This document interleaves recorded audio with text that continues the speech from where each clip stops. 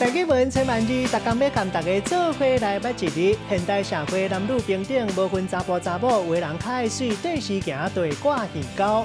今仔日要甲大家小解，这一日咱同齐来看到，这个就是钩，钩钩第一条鱼钩的钩。钩本地意思是讲用钩啊，将物件拖瓦来，像讲鱼白啊，就有人讲是钩鱼，嘛当讲是用来挂物件，或者是钩物件一款弯翘的机丝，咱讲是钩啊。另外钓鱼啊鱼钩，有人讲是钓钩，也个有拄则讲到挂伫咧鱼啊装塔品，咱讲是鱼钩。另外，还有一款用来钩布袋，方便排入肩架头的机丝，叫做大钩啊。